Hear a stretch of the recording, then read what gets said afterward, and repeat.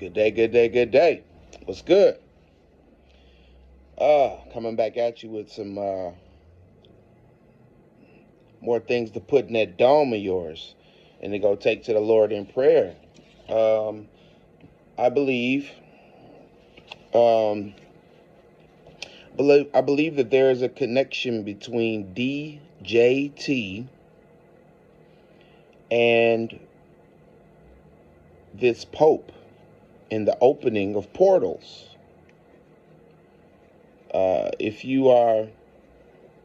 know a lot of people put out videos saying that all 5 portals were opened. They're opening all 5 portals. No.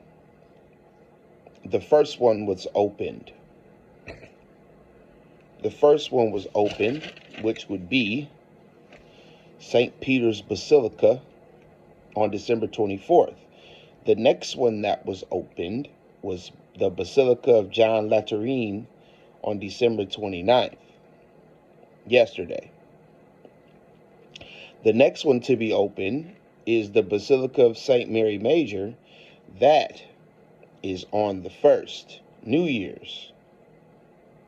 Then the next one is the Basilica of St. Paul outside the walls, January the 5th. And the prison, the Ribabia prison, is to be determined. To be determined. Now, their claim, this is the Vatican's claim. The claim function of the portals, according to the Vatican, these doors are ceremonially opened during Jubilee years, symbolizing the spiritual journey from sin to grace. So notice what order they put it in. Satan is the father of lies and he likes to counterfeit. So could it be the spiritual journey from grace to sin?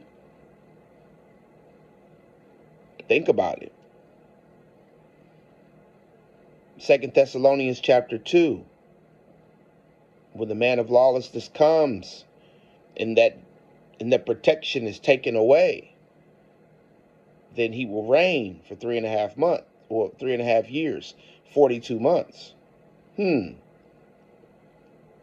But open during Jubilee years, symbolizing the spiritual journey from sin to grace. For pilgrims, crossing these doors is a profound act of faith, offering an opportunity for renewal, forgiveness, and a deeper connection with the divine. Notice the words. Act of faith. You don't get that from crossing through no doorways. You do not. But Tara, also, Pope Francis said he hoped the Jubilee would be a moment of genuine personal encounters with the Lord Jesus, the door of our salvation. The door of our salvation. That, those certain words that they use, it should spurn something in your spirit to go back to the Bible. Why would they be using wordage like this? Well, John chapter 10, verse 1. Most assuredly I say to you, he who does not enter the sheepfold by the door, but climbs up some other way, the same is a thief and a robber. These men are contrary. These men are against Christ. So if you're against Christ, then you are, John 10, verse 10 says, the thief does not come except to steal and to kill and to destroy. I have come that they may have life, and that they may have life or have it more abundantly.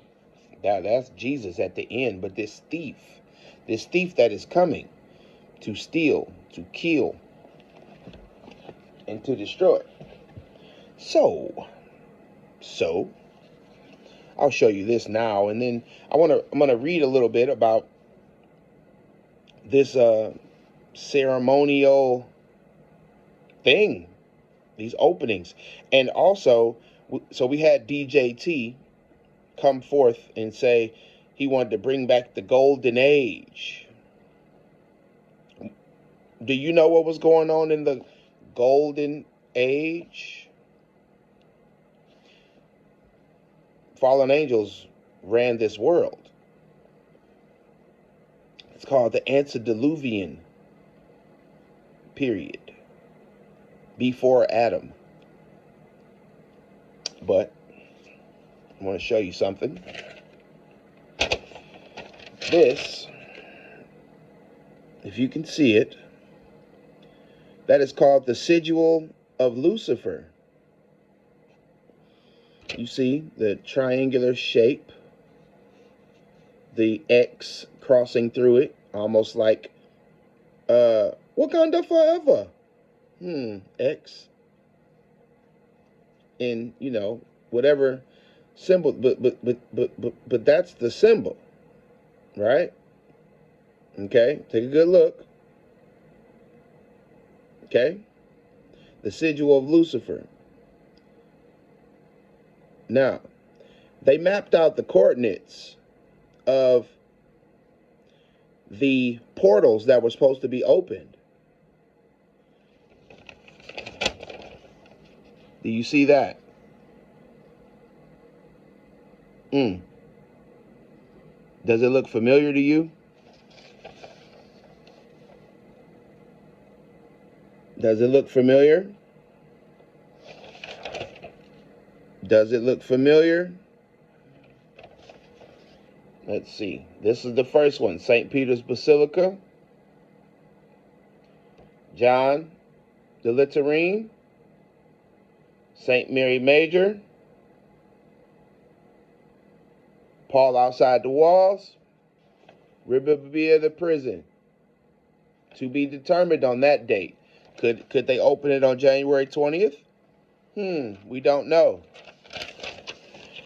But this sign, or the sigil of Lucifer, appears as a chalice,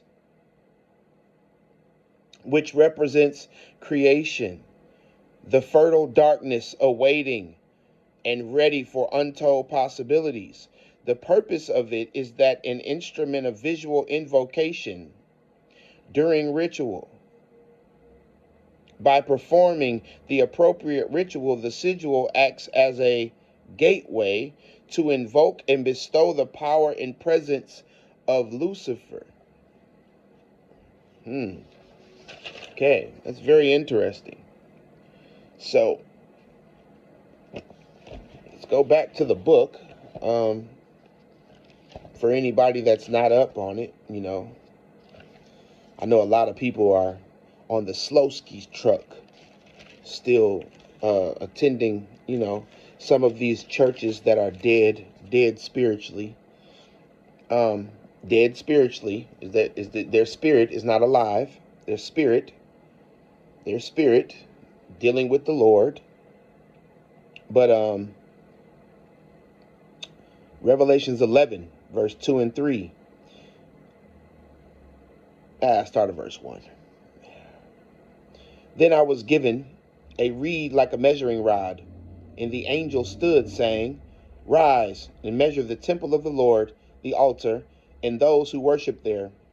But leave out the court which is outside the temple, and do not measure it, for it has been given to the Gentiles.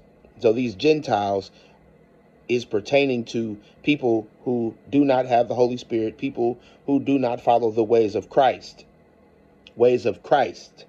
Because we are in this is pertaining with the new covenant and the new covenant time. So please don't let the Israelite stupors, go to their automatic precept packages and indoctrinate you. Don't let it happen anymore. And they will tread down the holy city underfoot for 42 months. And I will give power to my two witnesses. It's my belief that this is Elijah and Enoch. because of Hebrews 9:27. A man is appointed once to die, then to judgment. So for that to be fulfilled, for every human, every person on this planet, these two men have to die a natural death. Take it to the Lord in prayer. That's just my belief. And then I will prophesy 1,260 days clothed in sackcloth. And they will prophesy. Okay? Revelations 12, verse 6. Then the woman fled into the wilderness, where she has a place prepared by God that they should feed her there 1,260 days. That's 42 months. That's 3.5 years. Last one. Revelations 13, verse 5. And he was given, and this is the Antichrist, was given a mouth speaking great things and blasphemies. And he was given authority to continue for 42 months. Mind you, that's 3.5 years. The golden age. What DJT has been spoken about. Okay, let's do some reading. This is from that wonderful book. You might have seen it before. Revising Reality, Fair Use.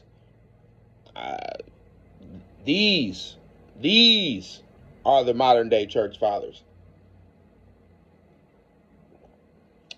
Because they're doing the work of the Lord. You know, sharing information with doing deep dives, deep studies. But let's get to the reading. This ain't going to be a long video. The Golden Age of Chronos, an occult myth. Building upon the discoveries of Tesla, recent work has been undertaken merging plasma physics with ancient anthropology, specifically analyzing paintings on cave walls supposed crafted 20,000 years ago. Additionally, says the written records of the Sumerians, Babylonians, Egyptians, and Chinese seem to reinforce one another in astonishing ways.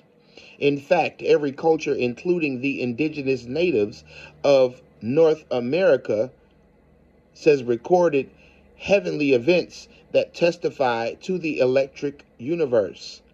In short, it says what was observed and recorded globally appears to be plasma discharges in the heavens surrounding our planet.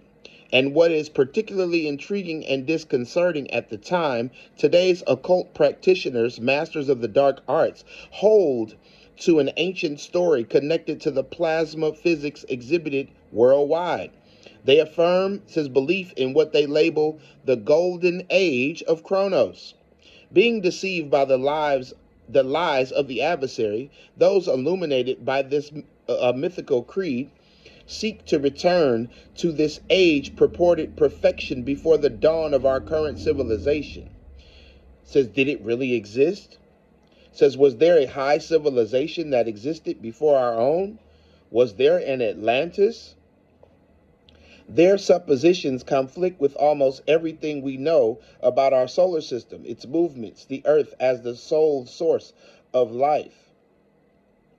Says the location, says where we believe God's greatest creation was fashioned.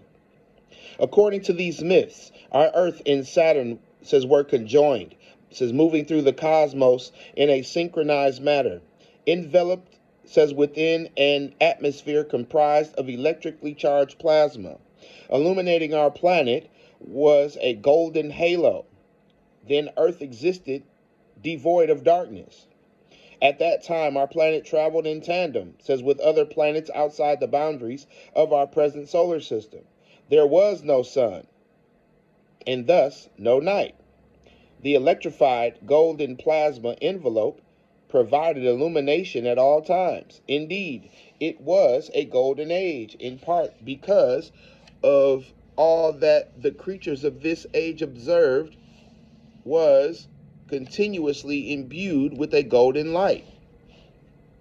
The return of this golden age of Chronos comprises the occulted mission of the highest, says most exalted level of adherence. Chronos says refers to Saturn as it provided the human inhabitants of Earth their only means of determine time itself. Saturn, Chronos, was the perfect sun. According to its devotees, says this mythos constitutes the ultimate truth about our cosmos. In their view, our Earth and its place in the solar system as we know it today demonstrates how far away our planet and our race has slipped from the lofty civilization and cosmic structure of the previous ion. Says with the exception of but a few traces in ancient literature, there exists no memory of just how advanced this civilization was. Although there are those who write about it with enthusiasm and sophistication, such as Joseph P. Farrell, Michael Cremo, and David H. Childress, and a few others generally relegated to fringe science or forbidden history, that technologies employed during this time have been all but lost to mankind. Indeed, says the nature of this supposed past has been kept away from the commoners comprising the 99%. The keepers of this forbidden history, the 1%, are elites whose links to this halcyon time of yesteryear are but undiscernible whispers. It says, nevertheless, the implications, says, resound loudly, promising a strange foreboding and a most profane future, predictably full of horrors, unbeknownst to its advocates, but predictable to those tethered to the Bible. Characteristic of the science pursued in the name of returning to the Golden Age not only includes research at the CERN Colossus, but laboratory investigations into genetic manipulation of human, animal, and plant genetics around the planet. As in the days of Noah, so it is again today. Abominations abound. Chimeras become commonplace. Mary Shelley's Frankenstein foreshadows the evil from humankind's overreaching that says this way comes. Was the Golden Age believed on by the most secret of secret societies mentioned at all in the Bible? Was this the world that God destroyed with water after humans practiced evil continually? Or was this so-called Golden Age from a different eon altogether? It says, was it a time in which a different man lived among angelic beings? It says the celebrated author of one of the most popular annotated Bible studies annotated study Bibles was the Reverend Finis J. Drake. In addition to the Drake or the Dake Study Bible, his name was Finis J. Dake. He wrote a most underappreciated classic, Another Time, Another Place, Another Man. Dake argued that before Adam and the world was in fact a very different place. There existed a pre-Adamic race of humanoids, says that may have been quite distinct from other species. Could it be that it was this man from another time, another place, and whose nature differed from our own, was the being who drew pictures on the walls of caves, composing drawings, says that reflected the strange sights in the heavens above? Is Dake references the famous passage in Ezekiel 28 that describes the anointed cherub placed in the Garden of Eden and who held an exhausted status, being creation's more beautiful creature? Dake points out, however, the Eden described in Ezekiel was not the garden in which God placed Adam or in Adam's Eden.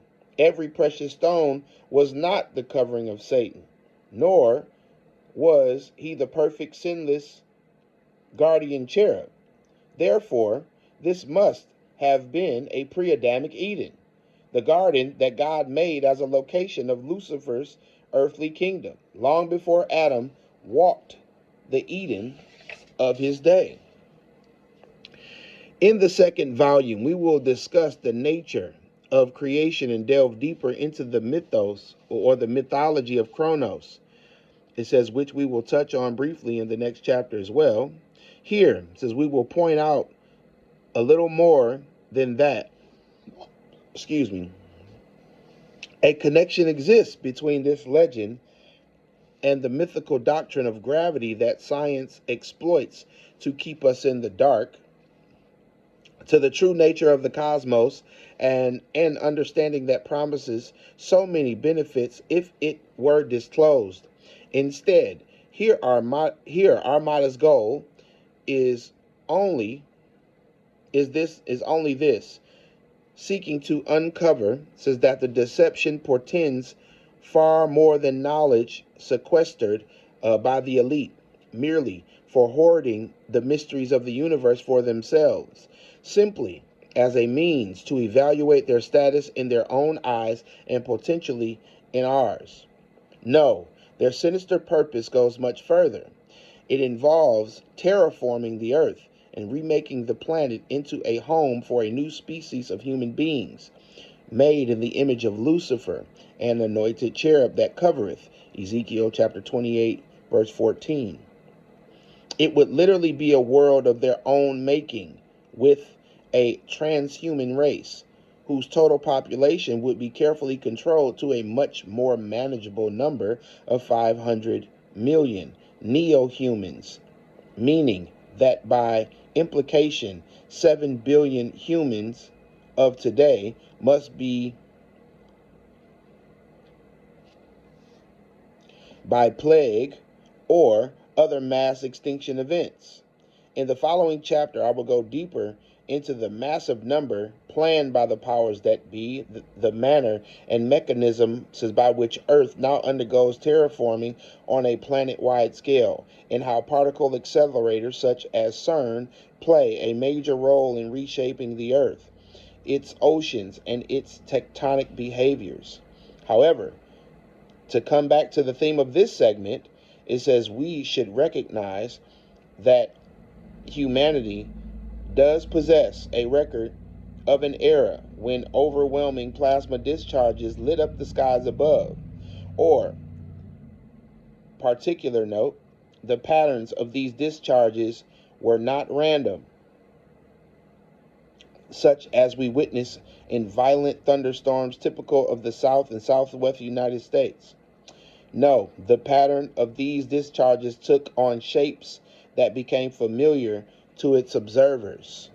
So I'm going to show you some shapes, and they seen these things. If you can see, plasma discharges. Some of these they saw, hieroglyphs, different things on walls. Okay, some interesting stuff. Just think about it. Ancient physics on the walls of caves. Now, it's pretty amazing that it's caves in the conclaves of the Vatican, under the Vatican, huh? Pope opening portals. The ancients recorded on caves. You know what? I'm going to skip a little bit. Yep, I'm going to skip a little bit because we're going to get into still talking about the golden age of Kronos, but we have to get into the rituals of these things. All right. Says what the ancients etched into rock, says were the visions of electrical discharges occurring between Earth, Mars, Venus, and Saturn. Says when in the proper proximity, these heavenly bodies linked and release electrically charged particles. These massive electrical connections were the plasma discharges scientists such as Schultz and Perrot credibly proposed that gave rise to the pictures and petroglyphs observed worldwide. Remember, cave drawings are empirical facts. These origins can be dated to some level of accuracy, and their patterns can be validated globally. We are not dealing with dreams or visions. Talbot accomplished much of the research on the correlation between mythology and plasma discharges, providing this extensive empirical evidence. Delving deeper, the mythos are articulated by a growing number of scientists enticed by the notion of the electric universe. Proffers the following explanation. The golden age of Chronos existed before a major reconstructing of the solar system occurred, still within humankind's memory. This was known also as the era of the gods. Circa 3200 BC, Mars approached the ecliptic at an angle of 24 degrees together with Earth and Saturn into our present solar system. Interestingly, Earth's sky would not have radiated a golden glow, rather that of a purple haze. Could that be why they named that cannabis purple haze? Saturn's outer egg-like plasma sheath reflecting its dark light inwards, producing a uniform, dim purple glow on Earth. For Saturn was once a brown dwarf star. It was the influence of the sun's own electric field causing Saturn's plasma sheath to begin to wane. The ensuing reduction, allowing the placement of Saturn as mankind's primary sun, says with that of our present-day sun. This time period revealed to earthbound humans a planetary alignment of Mars, Venus, and Saturn. This is when they observed the many electric plasma discharges taking place between these planets and Earth, thus spawning mythical stories of gods, constellations, perhaps even heavenly battles and wars. Until then, even the sun itself remained blocked out by Saturn's plasma sheath. In light of the implications of these findings, it says we might suppose that these studies would be acknowledged and publicized by mainstream science. However, such is not the case. Just as the discovery of giants across America have been cloaked by those fearful that such mind-boggling fossils would be undoing of evolution, the standard view of the universe built upon its notion of gravity continues to suppress empirical data that would challenge its orthodoxy. Perhaps it is only my supposition without documents that serve as bona fide smoking guns, for such evidence almost never surfaces being uncirculated among the initiated, but one can readily assume that in an effort to maintain control over subordinates, monarchs, priesthoods, and secular dictators were established to withhold, says, what was deemed the essential, albeit occulted, knowledge of how the universe operates. Information was obtained from the gods. Satanic rituals opened portals. You see that today. Life is truly like an equation. Yeah. What are you adding to it? What are you adding to it? Come on, let's put this together. There is a tie here. Satanic rituals open portals across dimensional barriers, allowing entities through. Entities which possess esoteric and arcane knowledge, who eagerly conveyed such understanding to their human apprentices. One such aspect of this forbidden practice was the worship of the black sun, as Saturn was known to its adepts. Show you a picture of it. This is the black sun. That would be Saturn.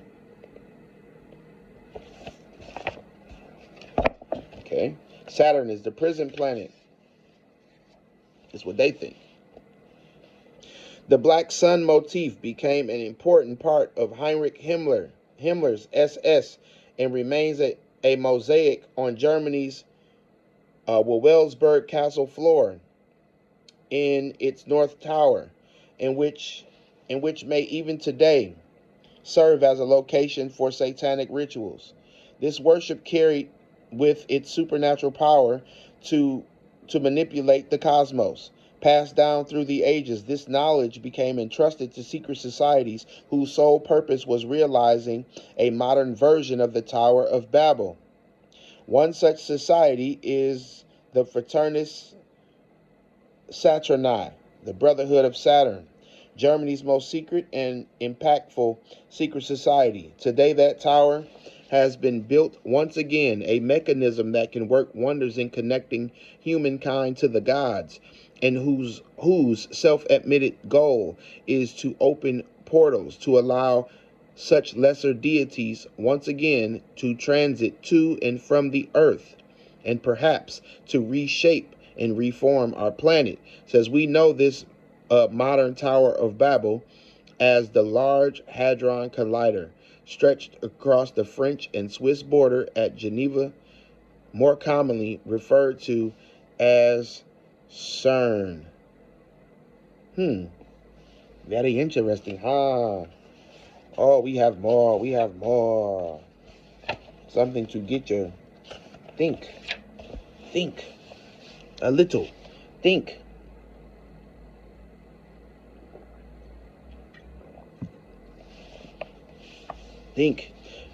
Ask you a question. Is why would your pastor, who went to a seminary school that's led by the Catholics, tell you anything about this? He wouldn't know. Yeah, he wouldn't know. And if he did, he would not tell you. Okay, the towers of the Technium. Here's a quote from a guy named Toba Beta. He says, we must remember this, says, when we are ready to reach the sky, God came down and confused man's language and scattered them. Yeah. Space Force. Oh, Elon. Elon's going to run Space Force, you know? Yeah, Elon. Oh.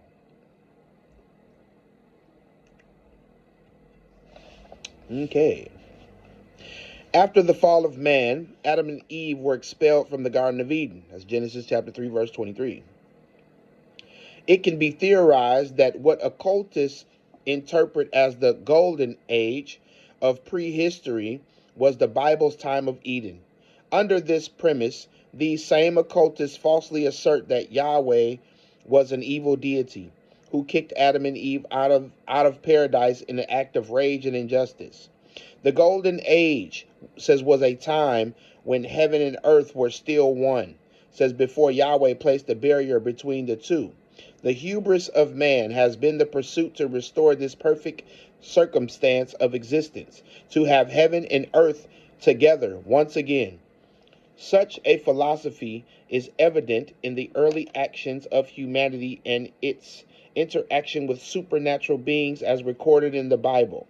After the great flood of Noah, which wiped out the initial race of giants called the Nephilim, who were the result of intermarriage between the sons of God and the daughters of men, as discussed by Josh and Doug in an earlier chapter, a tower was constructed under the leadership of the first global world leader, Nimrod, in Genesis chapter 11.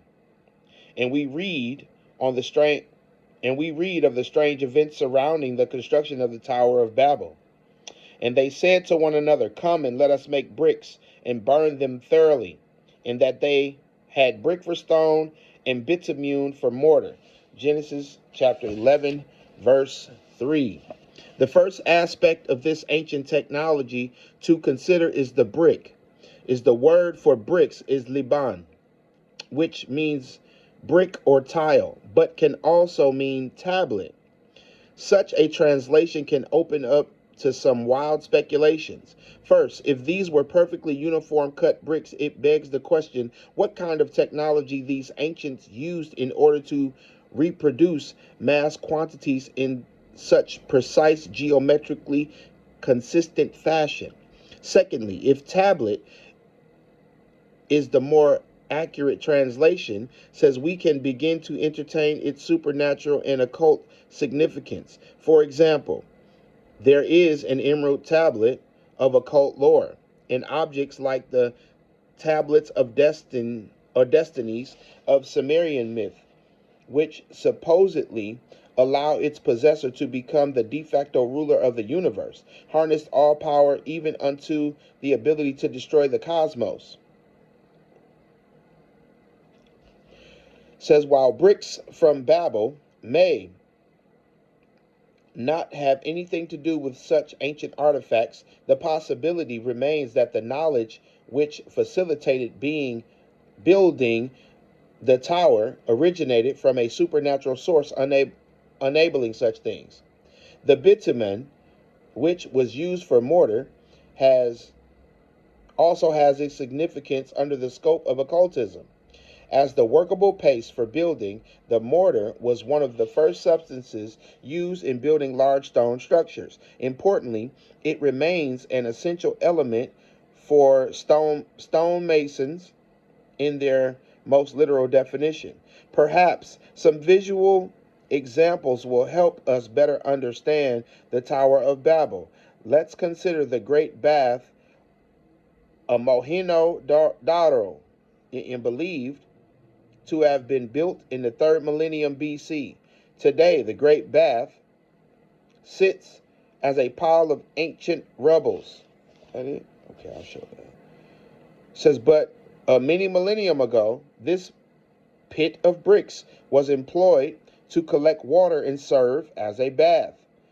The main ingredient to make this process possible was the use of bitumen as a lining on the sides and beneath the brick structure. The word bitumen is interchangeable with similar and familiar substance asphalt. And while asphalt is made from petroleum extract, says the natural substance of bitumen is found on the bottom of lakes and oceans. So I will show you the brickwork of the Great Bath. That is the Great Bath, as they say. Okay? It's a wonderfully constructed structure, Attaining the substance in its natural state would be tremendously difficult even for advanced civilizations. Evolutionary-minded contemporary scholarship suggests Neanderthals first used it some 40,000 years ago. It would have us believe bitumen became a staple substance as an adhesive and waterproofing material for the next 30 plus millennia, leading up to its widespread use in the ancient Near East. Such naturalist notions notwithstanding, says we believe it was used in building the Tower of Babel. In fact, the use of bitumen goes back to Noah in building the ark. Logically, its usage may go back to the days of Cain, the son of Adam, credited as the first city builder. So where did Cain obtain the know-how to acquire the use of bitumen as an adhesive substance? An account from the pre-pseudepigraphal Book of Enoch possibly sheds light on this issue. And restore the earth, says, which the angels have ruined, and announce the restoration of the earth. For I shall restore the earth, so that not all the sons of men shall be destroyed because of the knowledge which the watchers made known and taught to their sons. Enoch chapter 10, verse 7. A portion of this information may have accentuated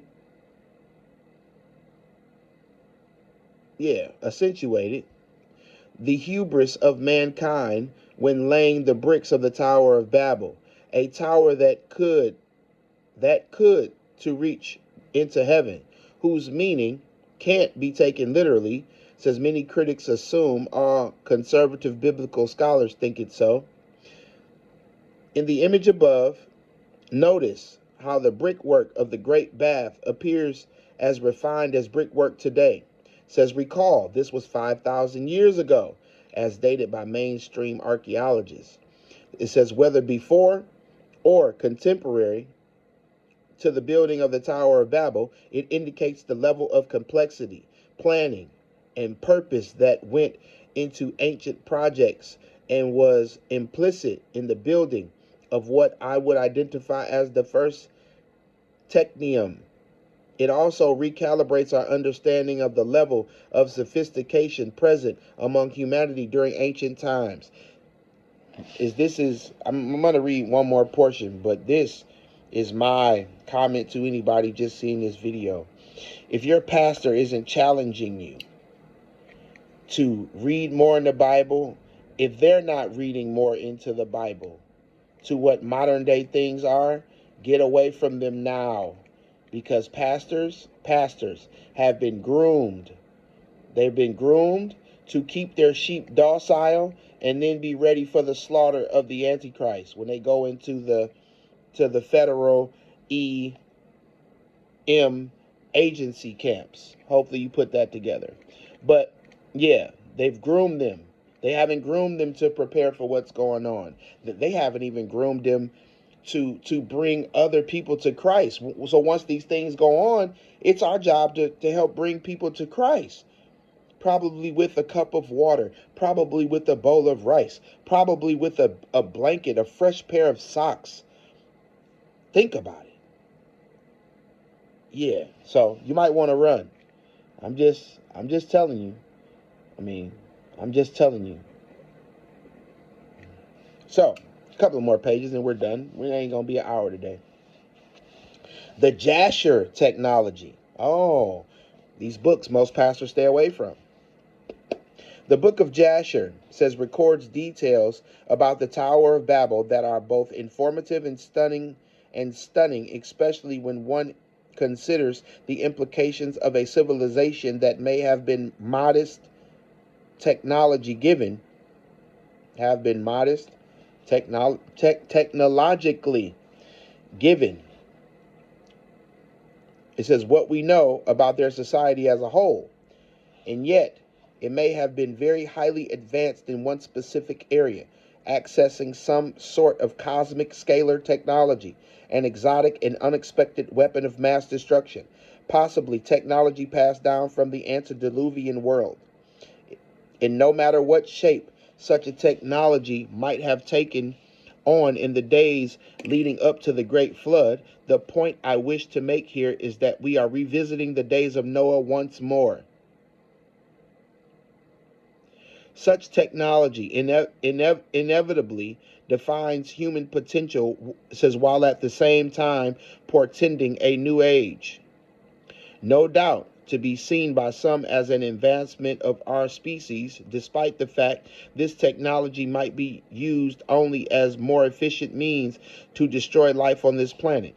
In chapter 9, verse 21 of Jasher, it states, and all the princes of Nimrod and his great men took counsel together, put Mizraim, Cush, and Canaan, with their families, and they said to each other, come, and let us build ourselves a city, in it a strong tower, and its top reaching heaven, and we will make ourselves famed, so that we may reign upon the whole world, in order, that the evil of our enemies, may cease from us, and that we may reign mightily over them, and that we may not become scattered over the earth on account of their wars.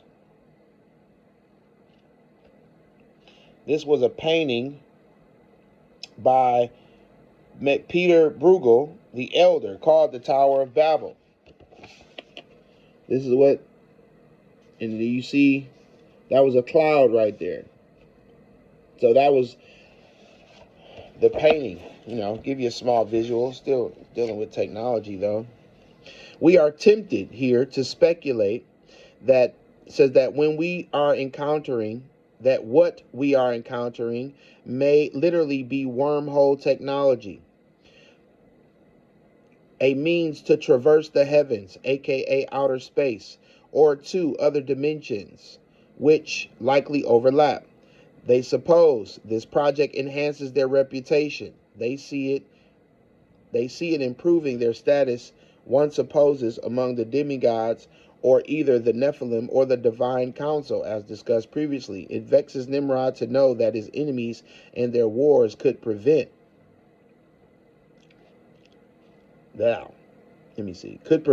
humankind from achieving his end, indicating he understood that the kingdom of Yahweh was ultimately more powerful still. For Yahweh remained the most high God. Perhaps Nimrod thought he could slip one past him. While popular images of the Tower of Babel comprise merely a tall building, the famed ziggurat, the Bible hints the technology on the plain of Shinar was much more complex. Genesis chapter 11, verse 6. And the Lord said, Behold, they are one people, and they have all one language, and this is only the beginning of what they will do, and nothing that they propose to do will now be impossible for them. Again, says we must ask, what manner of technology would cause God to state that humanity would be able to do whatever it proposes to do? Here the book of Jasher, verse 29, supplies a helpful clue.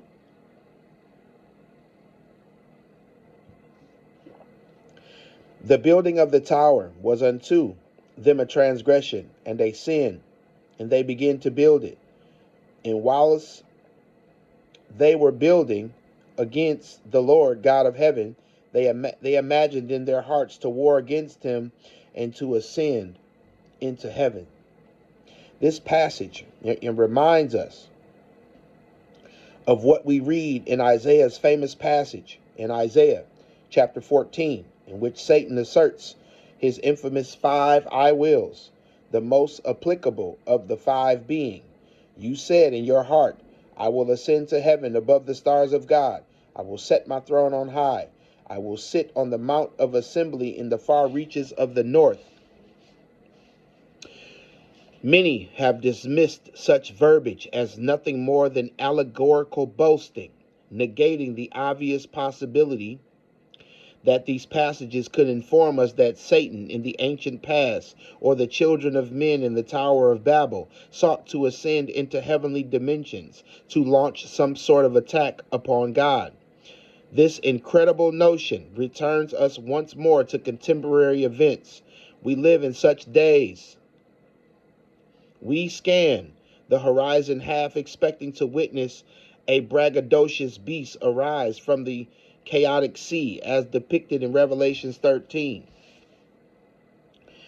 In a lecture entitled UFOs, the Tower of Babel Moment in Space Collateralization and Commercialization, Dr. Joseph P. Farrell at the Secret Space Program Conference in 2014 employed the Tower of Babel as a metaphor to suppose that human leaders like Nimrod have recently sought to emulate exotic weapons from extraterrestrials as a means to develop a defense against the ETs that want to do more than just phone home. Farrell supposes they threaten our very existence. Here's a quote from Farrell. Anytime you have a technology that is capable of engineering the fabric of space and time, or the zero-point energy locally on the laboratory bench, you have first of all a technology that, if weaponized, would make the hydrogen bomb look like a firecracker. If you engineer it for propulsion purposes, then quite literally the sky is the limit. And thirdly, this would mean a complete restructuring of the financial system as necessary. They, a powerful elite who possess such technologies, are in the process of erecting a new system. Go look up tokenization. That's my emphasis added. Back to what he said. So the question is, why? And I would submit that the reason is the UFO is the great hole in our contemporary culture, and particularly in our understanding of technological developments. Or drones. my emphasis, back to what he's saying, this would have led to the realization that humanity was in a danger period, a Tower of Babel moment of human history, during which non-terrestrial, a force not of this world, intervention prior to such human technological emulation in human affairs and independence had to be contemplated and prevented. Pharaoh goes on to suggest that nowhere in Genesis 11 in the account of the Tower of Babel does it mention the building of the tower was in any way sinful. But as we know, while the book of Jasher is not considered inspired text, it does possess the axiom of monotheism and a supreme God Yahweh, as well as contending that the project's intent could be nothing other than a sin against him. And the building of the tower was unto a transgression and a sin. Says what we should gather from the testimony of the book of Jasher, accompanied by the passage from Isaiah chapter 14, is that the activity of Satan and the spirit of Antichrist are in play in these matters. As a result, while I disagree with Pharaoh about whether or not building the tower was a sin, I would endorse his observation that technologies fell into the laps of the builders of the Tower of Babel from ancient ancestors, and such technologies to oppose the God of gods are under development today. Now, leave a little note for you. Do you see how intellectual people are? Is you don't throw the baby out with the bathwater. This author of this certain chapter took a person's work, read the work, broke the work apart. He said what he didn't like, and he said what he did like. This is intellectual study. You don't have to, it's so many people out here, you have to agree with, well, I don't agree with Heiser's work.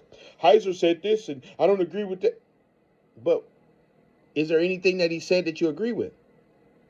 Because a bunch of people endorse Heiser's work. This is just a, small message to some people out here. You don't have to endorse everything everybody says. No. But if they take it apart. He didn't call him a heretic. No. He went through his work. Got too many cowards out here today. Almost done.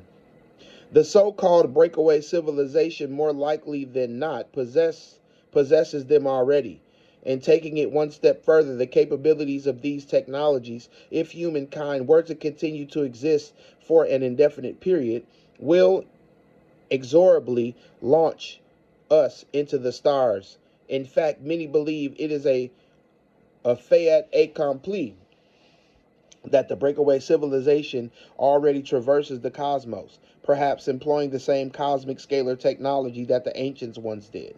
Indeed, although beyond the scope of this chapter, evidence exists to suggest a secret program for space colonization and weaponization sits under our noses, perhaps more aptly depicted as over our heads, the question is, how advanced are these technologies? This issue is something to tackle another time, but I regard it real enough to challenge the reader to consider the prophetic implications with me here. Thank you, Gonzo Shamira. Face like the sun. So, now, if you don't think like things have to be released, even God said it. The angels in the Euphrates will be released at a certain time to take out a third of mankind. I believe that's in Revelations 9. But then also you have the angels who are locked in everlasting chains. 2 Peter chapter 2 verse 4 and Jude verse 6. So remember,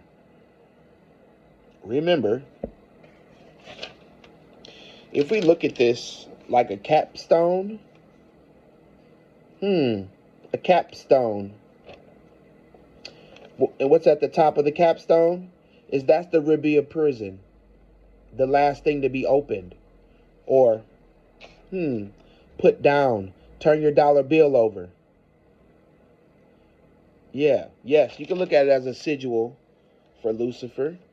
Yeah, but this would be the capstone. It is an Egyptian ritual, and they say it's a symbol for all the prisons of the world or the universe. As on earth as it is in heaven, so whatever you bind on earth shall be bound in heaven. Whatever you loose on earth shall be loosed in heaven. Matthew 16. It has spiritual implications. Oh, yeah, we know. Peter is not the church. This has spiritual implications. I would please hope that more people would mature in the Word of God and not stay in the same docile state. So, life is like an equation. It's what are you adding to it? So, to the next video, people.